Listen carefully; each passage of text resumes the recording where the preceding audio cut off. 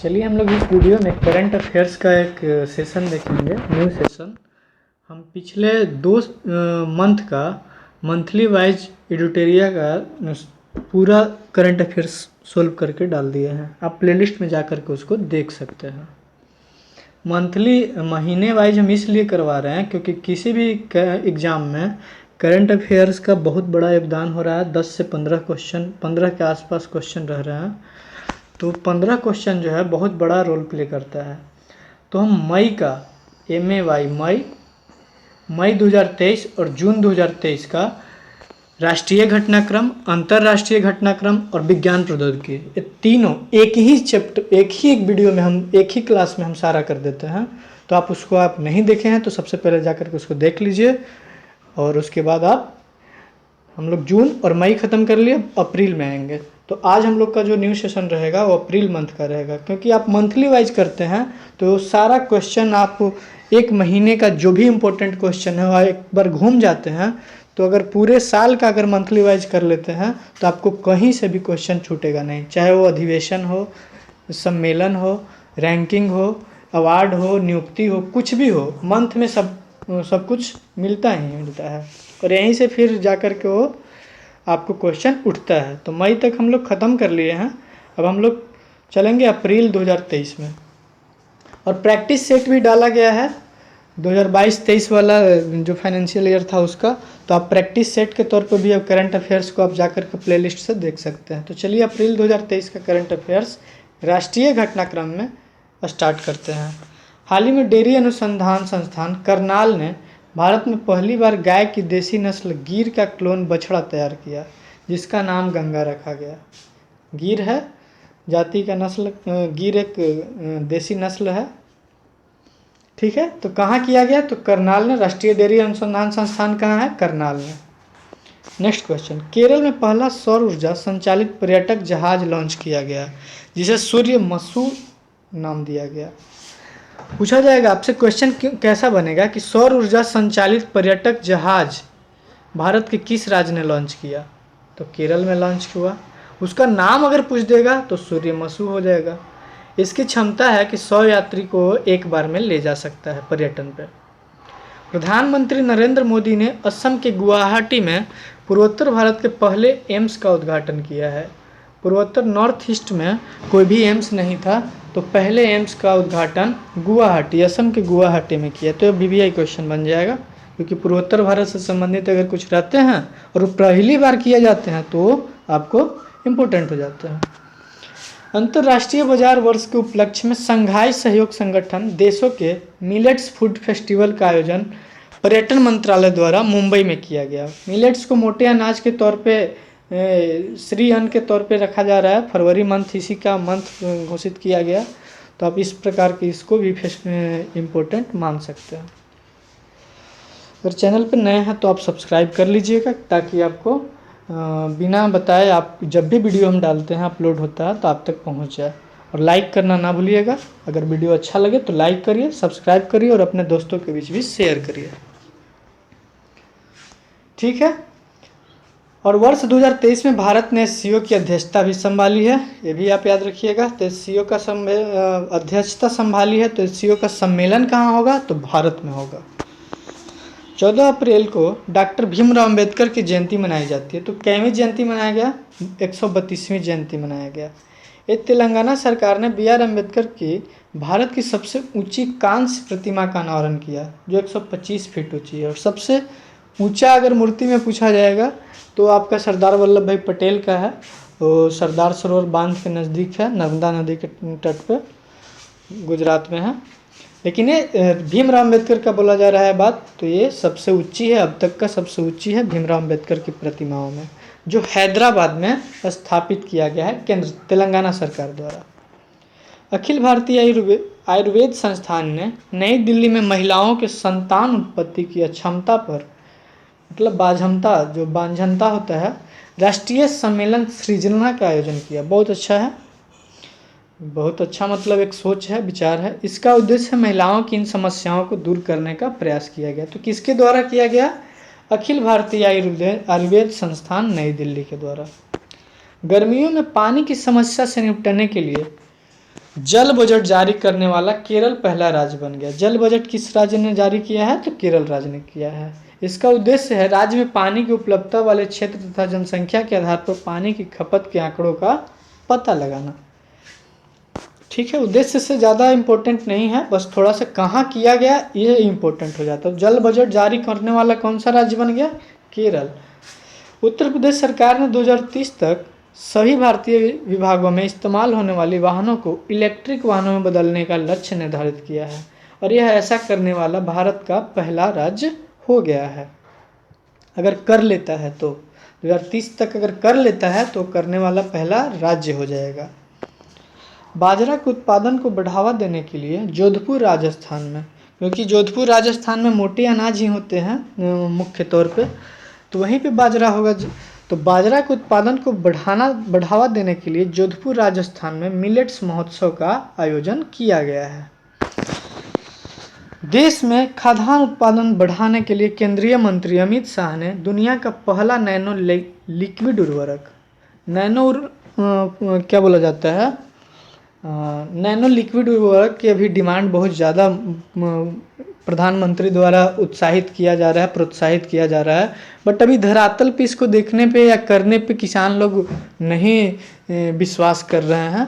वो अभी भी यूरिया बोरा जो आता है वही यूज कर रहे हैं, तो इसमें भी टाइम लगेगा, लेकिन इसका लॉन्च कर दिए हैं नरेंद्र मोदी ने और इस पर बहुत प्रोत्साहन भी दे रहे हैं, लेकिन अभी भारत ने अभी नहीं अपनाया है।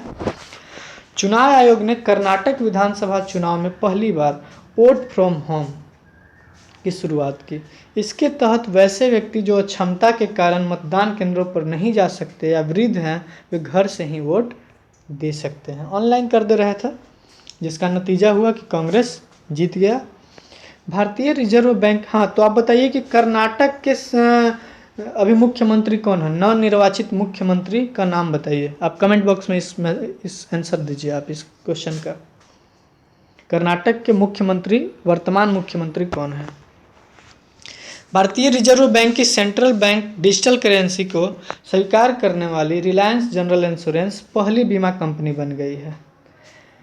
यह ई-रुपया में प्रीमियम भुगतान के लिए यस बैंक से साझेदारी की है। किस बैंक से? तो यस बैंक से। एक बार देख लीजिए मोटे मोटे।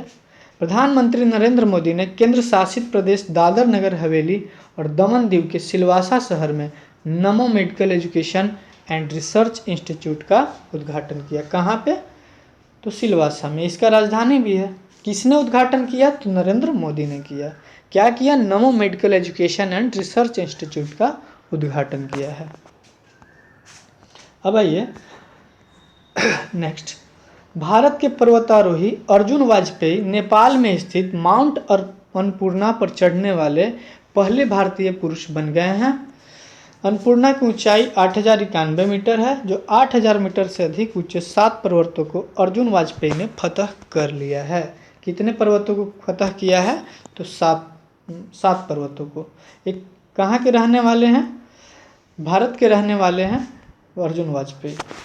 भारत सरकार द्वारा रेल विकास निगम लिमिटेड को मिनी रत्न श्रेणी से नवरत्न केंद्रीय सार्वजनिक क्षेत्र उद्यम का दर्जा दे दिया। नवरत्न सीपीएसई कंपनियां लाभदायक स्थापित नहीं है, इम्पोर्टेंट। चलिए, हाल ही में भारत ने solar energy corporation of India को मिनी रत्न श्रेणी में क्षेत्र उद्यम के रूप में मान्यता दी है। सोलर मिनी रत्न श्रेणी में। प्रधानमंत्री नरेंद्र मोदी ने केरल के तिरुवनंतपुरम में भारत के पहले डिजिटल साइंस पार्क का शिलान्यास किया है। भारत के पहले डिजिटल साइंस पार्क का उद्घाटन कहाँ किया गया है? केरल के तिरुवनंतपुरम में। साथ ही उन्होंने केरल की पहले वंदे भारत एक्सप्रेस ट्रेन तथा कोची वाटर मेट्रो का भी उद्घाटन किया। बहुत बड़ा कार्य हो रहा है केरल में। क्या क्या हुआ? तो सबसे पहले डिजिटल साइंस पार्क उद्घाटन हुआ। दूसरा, पहले वंदे भारत एक्सप्रेस केरल के लिए किया गया, और दूसरा कोची वाटर मेट्रो का भी उद्घाटन किया गया। वेस्ट टू वंडर कॉन्सेप्ट के तहत भारत नई दिल्ली में G20 पार्क का निर्माण करेगा। किसके तहत करेगा? वेस्ट टू वंडर कॉन्सेप्ट के तहत। वेस्ट टू वंडर कॉन्सेप्ट के तहत G20 पार्क का निर्माण करेगा। यह पार्क में क्या क्या होगा कि जानवरों तथा पक्षियों की मूर्तियां कचरे से बनाई जाएगी। ठीक है। उत्तराखंड के माना गांव को भारत का पहला गांव के रूप में मान्यता दिया गया है, जो BRO बॉर्डर रोड ऑर्गेनाइजेशन, जिसको हिंदी में बोला जाता है सीमा सड़क संगठन, ने भारतीय सीमा पर स्थित गांव को देश का पहला गांव के रूप में मान्यता देने का समर्थन किया है। कौन सा है गांव? माना गांव, उत्तराखंड। माना गांव, उत्तराखंड, याद रखिएगा, पहला गांव माना गांव। हिमाचल प्रदेश अज्ञात मृत शरीरों के लिए DNA डाटाबेस तैयार करने वाला देश का पहला राज्य बन गया है। ये भी क्वेश्चन ठीक है। DNA डाटाबेस तैयार करने वाला भारत का पहला राज्य हिमाचल प्रदेश बन गया है, जिससे क्या होगा कि अज्ञात मृत शरीरों को पहचान होगा। क्या होगा? पहचान होगा।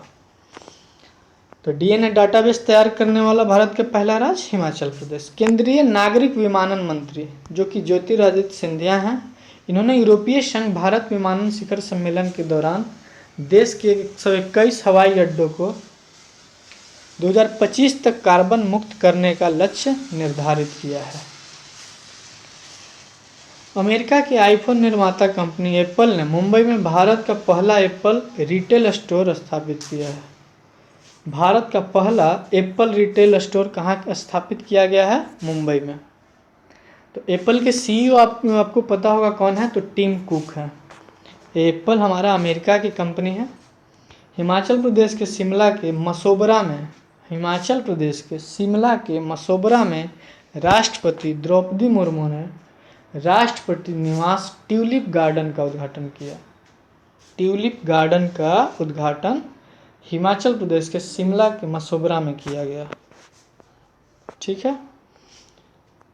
असम के गुवाहाटी में 11,000 से अधिक नृत्यकारों ने बिहू नृत्य का प्रदर्शन कर Guinness book of world record में दर्ज किया। तो बिहू आएगा तो आप मारिए दीजिए असम, लेकिन आप इतना याद रखिए कि कितने नृत्यकारों ने, तो 11,000। 11 शुभ होता है, तो 11 से आप याद रखिए। भारत की अध्यक्षता में G20 कृषि मुख्य वैज्ञानिकों की 100वीं बैठक 17 से 19 अप्रैल को वाराणसी में आयोजित की गई। कृषि मुख्य वैज्ञानिकों की, ठीक है। इस दौरान महर्षि पहल को अपनाने की बात की गई, जिसमें मिलेट और अन्य प्राचीन अनाजों का अनुसंधान को बढ़ावा दिया जाएगा। भारत का पहला 3D प्रिंटेड डाकघर बेंगलुरु में बनाया जा रहा है। बस इतना ही। हाल ही में मध्य प्रदेश सरकार ने ट्रांसजेंडरों को अन्य पिछड़ा वर्ग जैसे OBC में शामिल करने का फैसला किया। किस सरकार ने? तो मध्य प्रदेश सरकार ने। शिवराज सिंह चौहान अभी वहाँ के मुख्यमंत्री हुए।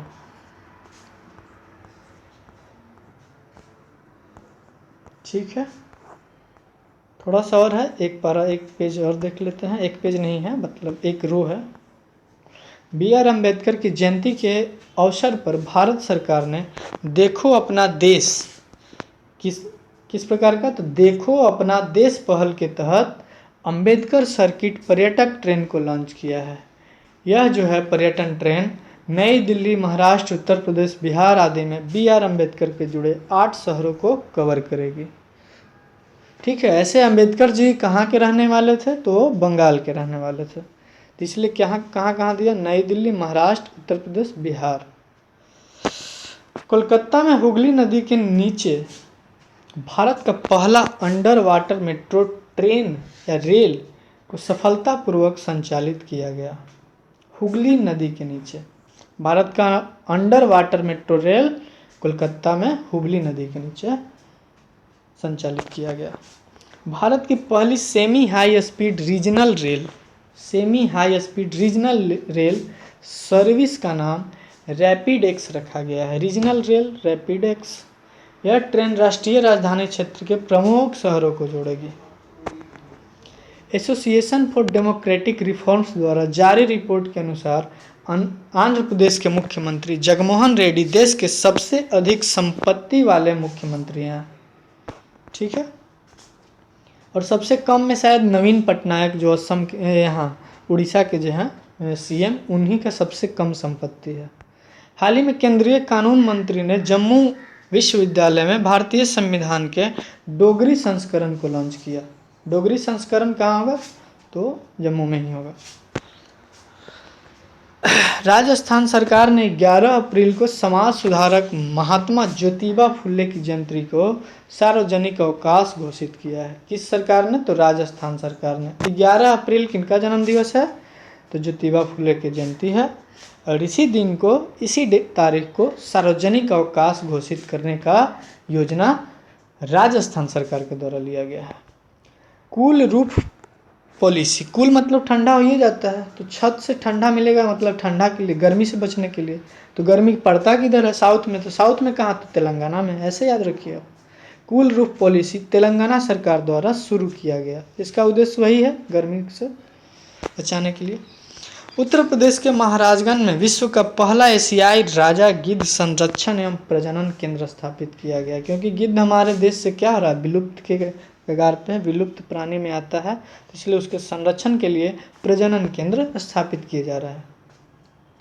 संरक्षण के लिए पूर्वोत्तर भारत का सबसे बड़ा बहुउद्देशीय इंडोर स्टेडियम मेघालय के शिलांग में बनाया जा रहा है। मेघालय के शिलांग में सबसे बड़ा बहुउद्देशीय इंडोर स्टेडियम पूर्वोत्तर भारत का कहाँ है?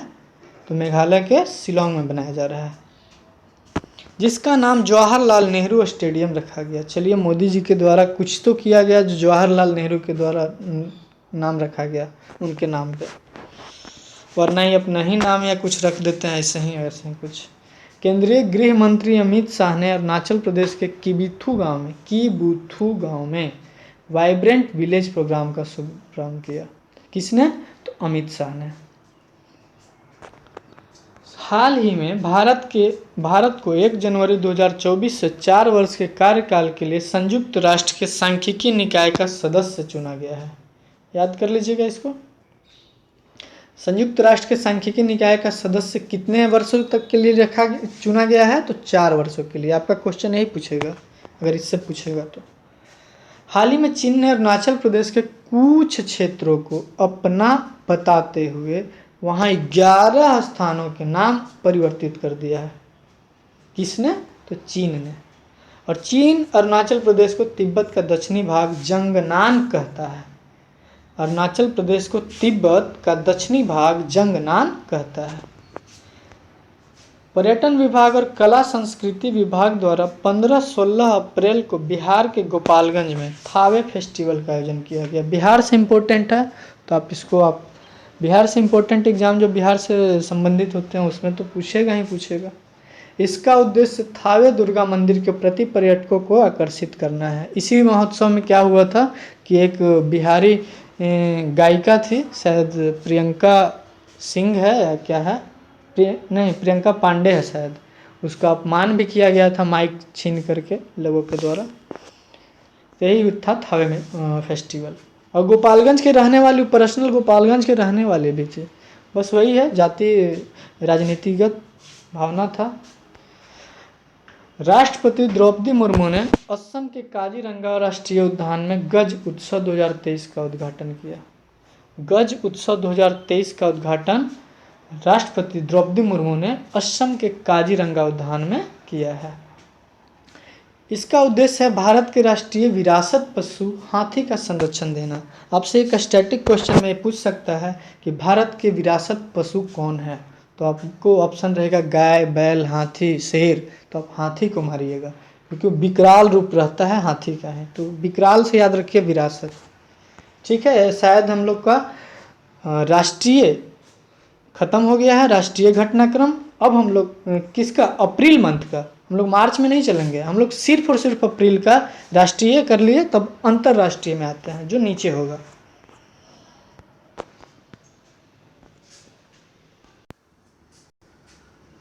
देखिए आ गया वर्ष 2023 के प्रमुख अंतर्राष्ट्रीय घटनाक्रम। जून कर लिए थे, मई भी कर लिए थे, तो हम लोग को करना है अप्रैल का। तो अप्रैल का ज़्यादा नहीं है, पर है, थोड़ा भी नहीं है। हाल ही में फिनलैंड नाटो सैन्य गठबंधन में शामिल हो गया है। नाटो के सभी सदस्य देशों की सहमति के बाद फिनलैंड नाटो का 31वां सदस्य देश बन गया है। नाटो में शामिल होने वाला 31वां देश कौन बना है? तो फिनलैंड बना है। विदेश मंत्री एस जयशंकर ने युगांडा यात्रा के दौरान वाराणसी की तुलसी घाट बहाली परियोजना की शुरुआत की है। युगांडा यात्रा के दौरान क्या किए हैं? तो वाराणसी की तुलसी घाट बहाली परियोजना की शुरुआत विदेश मंत्री एस जयशंकर ने शुभारंभ किए हैं। आइए, अफ्रीकी देश मोजाम्बिक में विदेश मंत्री एस जयशंकर ने भारत द्वारा निर्मित बूजी ब्रिज का उद्घाटन किए हैं। बूजी ब्रिज का उद्घाटन कहाँ किया गया है? मोजाम्बिक में।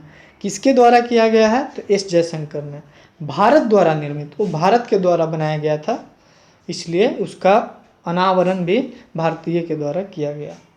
तो ये सब जो विदेश में कुछ ऐसे काम होते हैं जो भारतीय के द्वारा करवाया जाता है, तो वो आपके एग्जाम के दृष्टि से भी इम्पोर्टेंट हो जाते हैं, तो इसलिए इसको हम लोग समाहित किए हैं। प्रेट पहल, प्रेट का फुल फॉर्म हो गया preparedness and resilience to emerging threats. ठीक है, इसका उद्देश्य भविष्य में कोविड-19 जैसी महामारियों से निपटने के लिए बेहतर रणनीति बनाना। ये विश्व स्वास्थ्य संगठन द्वारा शुरू किया गया। Preparedness and resilience to emerging threat. Emerging threat को हम लोग क्या करेंगे? उस निपटने के लिए हम लोग रणनीति बनाएंगे, प्रिपेयर्ड करेंगे। यूके के ऑक्सफोर्ड विश्वविद्यालय में विकसित मलेरिया वैक्सीन R21 के उपयोग को स्वीकृति देने वाला घाना पहला देश बन गया है। घाना किस महादेश में आता है? तो अफ्रीका महादेश में आता है, जो मलेरिया वैक्सीन R21 के उपयोग को स्वीकृति दे दिया है। तो R21 जो मलेरिया का वैक्सीन है, किसके द्वारा विकसित किया गया है? तो यूके के ऑक्सफोर्ड विश्वविद्यालय द्वारा विकसित किया गया है। R21 किसका वैक्सीन है? तो मलेरिया रोग का वैक्सीन है। किसके द्वारा विकसित किया गया है? तो यूके के ऑक्सफोर्ड विश्वविद्यालय द्वारा विकसित किया गया। इसके उपयोग को स्वीकृति देने वाला पहला देश कौन बन गया है? तो घाना बन गया। तो यहाँ से 3 क्वेश्चन के तौर पे आपसे पूछने की संभावना बन सकते हैं। हाल ही में चाबहार बंदरगाह पर भारत मध्य एशिया संयुक्त कार्य समूह की पहली बैठक मुंबई में आयोजित की गई। भारत और ईरान व्यापारिक संबंधों को बढ़ाने के लिए चाबहार बंदरगाह का विकास कर रहे हैं। चाबहार बंदरगाह का विकास किन किन 2 देशों के द्वारा किया जा रहा है? तो भारत और ईरान 2 देशों के बीच। 20 अप्रैल को भारत और थाईलैंड के बीच रक्षा वार्ता बैंकॉक में आयोजित की गई। भारत की ओर से रक्षा मंत्रालय में विदेश सचिव निवेदिता शुक्ला वर्मन ने भाग लिया है। किसने भाग लिया है? जो विदेश सचिव हैं, सेक्रेटरी हैं, वो शुक्ला वर्मा है, वही भाग लिए हैं। हरून ग्लोबल यूनिकॉर्न इंडेक्स 2023 में प्रथम स्थान अमेरिका का है, दूसरा स्थान चीन का है, तीसरा स्थान भारत का है, 29वां एवं अंतिम स्थान डेनमार्क का है हरून ग्लोबल यूनिकॉर्न इंडेक्स में। हाल ही में दुबई यूएई की एयरलाइन अमीरात ने सारा नामक दुनिया के पहले रोबोटिक चेक इन सहायक को लॉन्च किया है। जैसे क्या होता है ना कि जब चेक इन किया जाता है एरोप्लेन में चढ़ते समय तो कोई आदमी के द्वारा किया जाता है, लेकिन यहाँ पे क्या हुआ कि यूएई के दुबई में एक रोबोटिक चेक का प्रणाली शुरू किया गया है। इसके तहत दुबई एयरपोर्ट पर चेक इन की प्रक्रिया रोबोट के माध्यम से की जाएगी। उसका नाम क्या है? तो उसका नाम सारा है, जो दुनिया की पहले रोबोटिक चेक इन रोबोट बनेगा। तो रोबोट के द्वारा चेक इन प्रोसेस को किया जाएगा। तो किसके द्वारा किया गया है? यूएई देश के द्वारा दुबई में। भारत यूके विज्ञान और नवाचार परिषद की बैठक के दौरान भारत और ब्रिटेन ने संयुक्त रूप से net zero innovation virtual centre स्थापित करने पर सहमति व्यक्त की है। दुबई में आयोजित वैश्विक शिक्षा प्रशिक्षण प्रदर्शनी में स्टडी इन इंडिया पवेलियन का उद्घाटन किया गया। स्टडी इन इंडिया पवेलियन का उद्घाटन कहाँ किया गया है? तो दुबई में आयोजित वैश्विक शिक्षा प्रशिक्षण प्रदर्शनी में। तो कहाँ हुआ था? तो दुबई में हुआ था। यह प्रदर्शनी वाणिज्य और उद्योग मंत्रालय विभाग द्वारा भारत सरकार के सहयोग से सेवा निर्यात संबंधित परिषद द्वारा आयोजित किया गया था। हाल ही में जारी freedom in the world index 2023 के अनुसार तिब्बत दुनिया का सबसे कम स्वतंत्र देश है। सही बात है। तिब्बत पे क्या है? चाइना का क्या है? यह दबाव रहता है। सबसे कम स्वतंत्र देश में किसको रखा गया? तिब्बत को। वर्ल्ड वेल्थिस्ट सिटीज रिपोर्ट के अनुसार लंदन की संस्था हेनले पार्टनर द्वारा जारी किया जाता है, जो दुनिया का सबसे अमीर शहर न्यूयॉर्क सिटी यूएसए का हो गया, और दूसरा नंबर पे टोक्यो जापान की राजधानी में है, और भारतीय शहर मुंबई को 21वां स्थान मिला है।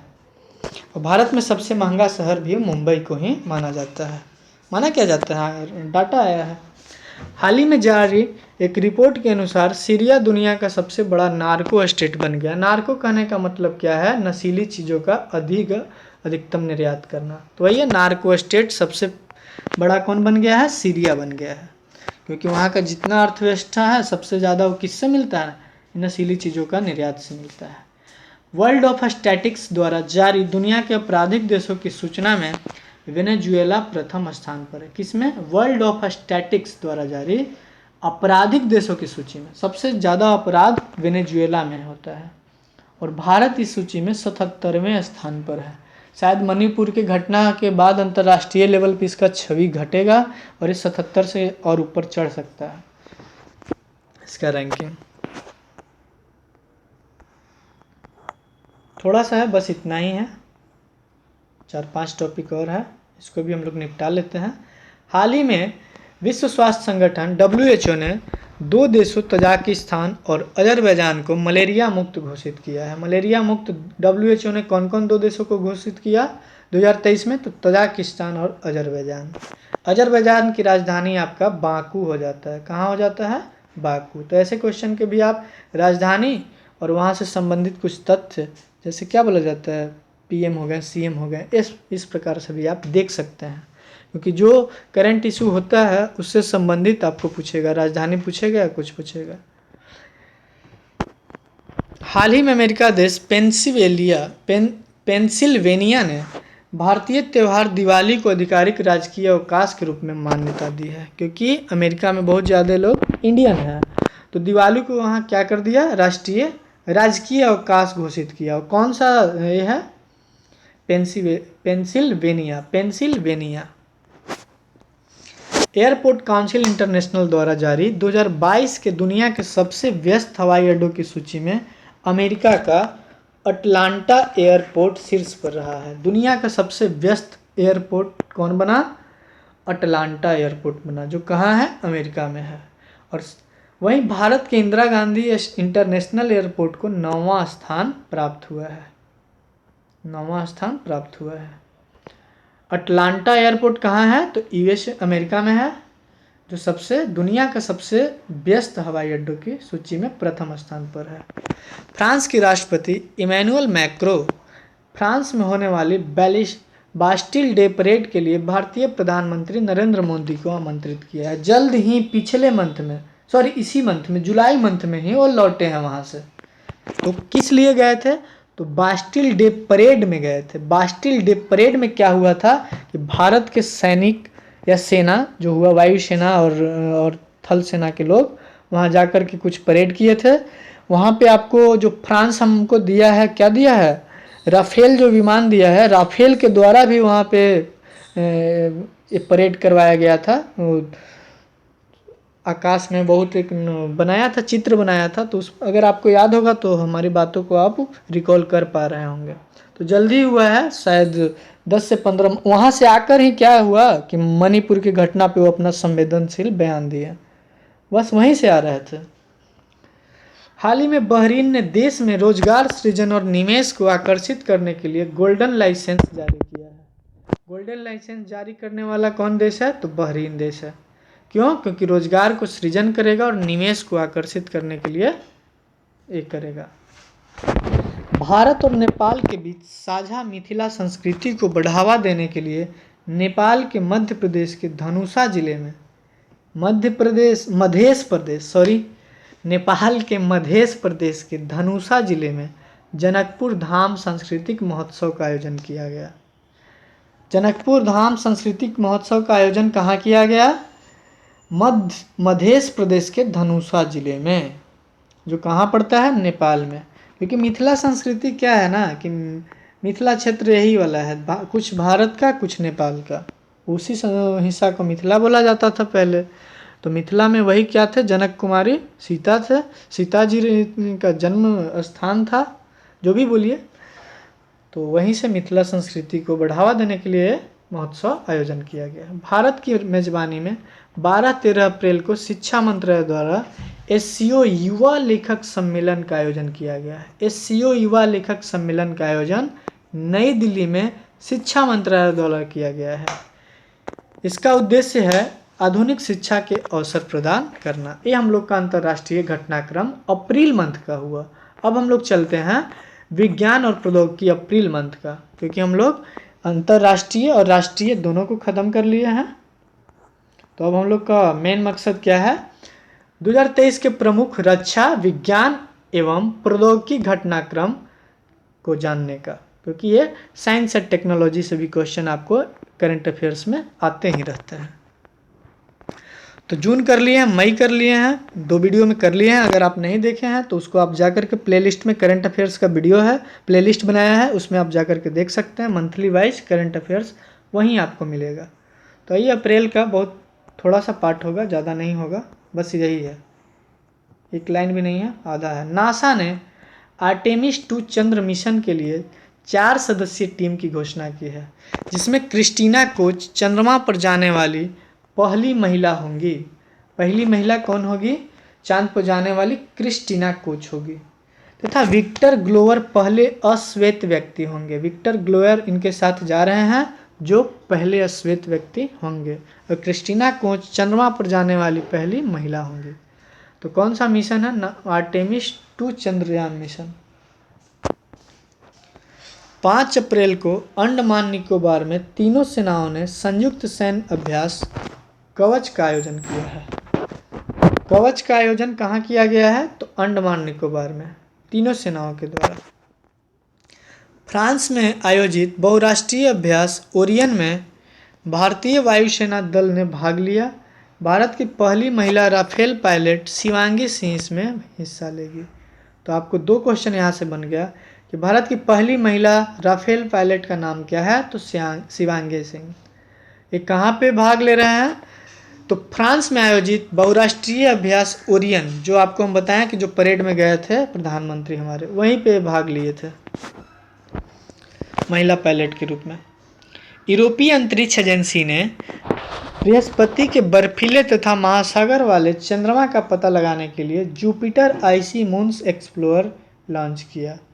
जुपिटर आइसी मून्स एक्सप्लोरर क्या करेगा? तो बृहस्पति के बर्फीले तथा महासागर वाले चंद्रमा का पता लगाएगा। और सबसे ज़्यादा उपग्रह अभी भी 2023 में, 2023 के पहले क्या था कि 82 गो, हाँ 82 इसका हो गया था शनि का, लेकिन शनि से भी सबसे ज़्यादा अभी शायद 93 के करीब हो गया है बृहस्पति का। तो सबसे ज़्यादा उपग्रह किस ग्रह का है? तो बृहस्पति का फिर हो गया है। ठीक है, आगे आइए। हाल ही में केन्या ने स्पेस एक्स रॉकेट से कैलिफोर्निया में स्थित बेस से अपना पहला पृथ्वी अवलोकन ग्रह टैफा 1 को अंतरिक्ष में लॉन्च किया है। ग्रीस में आयोजित बहुराष्ट्रीय वायुसेना अभ्यास इनियोचोस 23 में भारतीय वायुसेना के विमान SU-30 Mk-1 एवं C-17 ने भाग लिया है। कहाँ पे भाग लिया है? तो ग्रीस में आयोजित बहुराष्ट्रीय वायुसेना अभ्यास में। इसरो ने 22 अप्रैल को सतीश धवन अंतरिक्ष केंद्र से श्रीहरिकोटा से सिंगापुर के 2 उपग्रह टेलियोस 2 तथा न्यूम लाइट 4 का प्रक्षेपण किया है। सिंगापुर के 2 उपग्रह टेलियोस 2 तथा न्यूम लाइट 4 का प्रक्षेपण किया है। इससे PSLV C-55 से भेजा गया और C-55 से ही आपको चंद्रयान 3 को भी भेजा गया है। हैदराबाद की स्थित स्काई रूट एरोस्पेस ने पूरी तरह 3D प्रिंटेड क्रायोजेनिक इंजन का सफलतापूर्वक परीक्षण किया है। इस इंजन का नाम धवन 2 रखा गया है। इसका परीक्षण नागपुर महाराष्ट्र में किया गया। हाल ही में उत्तर कोरिया ने पानी के भीतर से हमला करने वाले ड्रोन हैंडल 2 का परीक्षण किया है। हैयल 2 किस देश का है? उत्तर कोरिया का, जो पानी के भीतर से हमला करेगा। हैयल 2 उत्तर कोरिया। हाल ही में तुर्की ने अपना सबसे बड़ा युद्धपोत तथा उभयचर हमला जहाज TCG अनादोलू को कमीशन किया है। किसने? तो तुर्की ने। यह दुनिया का पहला ड्रोन वाहक भी होगा। एलन मस्क की कंपनी स्पेसएक्स किसकी कंपनी है? एलन मस्क की कंपनी है, जो दुनिया के सबसे बड़े और शक्तिशाली रॉकेट स्टारशिप को लॉन्च किया है। दुनिया के सबसे बड़े और शक्तिशाली रॉकेट का नाम क्या है? स्टारशिप। किस कंपनी ने लॉन्च किया है? तो स्पेसएक्स कंपनी ने लॉन्च किया है। स्पेसएक्स एक निजी कंपनी है जो किसका है? तो एलन मस्क, जो दुनिया के क्या है, टॉप में पूंजीपतियों में आते हैं, उन्हीं का है।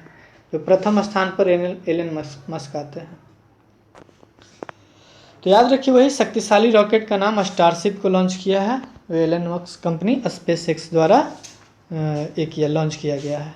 तो ये हम लोग का अप्रैल मंथ से संबंधित सारा घटनाक्रम खत्म हो गया। जो यही चीज़ आपको सम्मेलन से लेकर के सब में आंकड़ा दे करके बताया जाता है। तो अगर आप मंथली वाइज करंट अफेयर्स कीजिएगा तो आपको शॉर्टकट नहीं जाना पड़ेगा और नहीं उसमें दुविधा रहेगा कि हम क्वेश्चन पूरा घूमे हैं कि नहीं घूमे हैं। तो मंथली वाइज कीजिए, आपको सारा तरह से क्वेश्चन आपको मिलेगा। चलिए हम यहीं पे वीडियो को अब ख़त्म करते हैं, समाप्त करते हैं। आप अगर चैनल पर नए होंगे तो ज़रूर सब्सक्राइब कर लीजिएगा, लाइक कर लीजिएगा।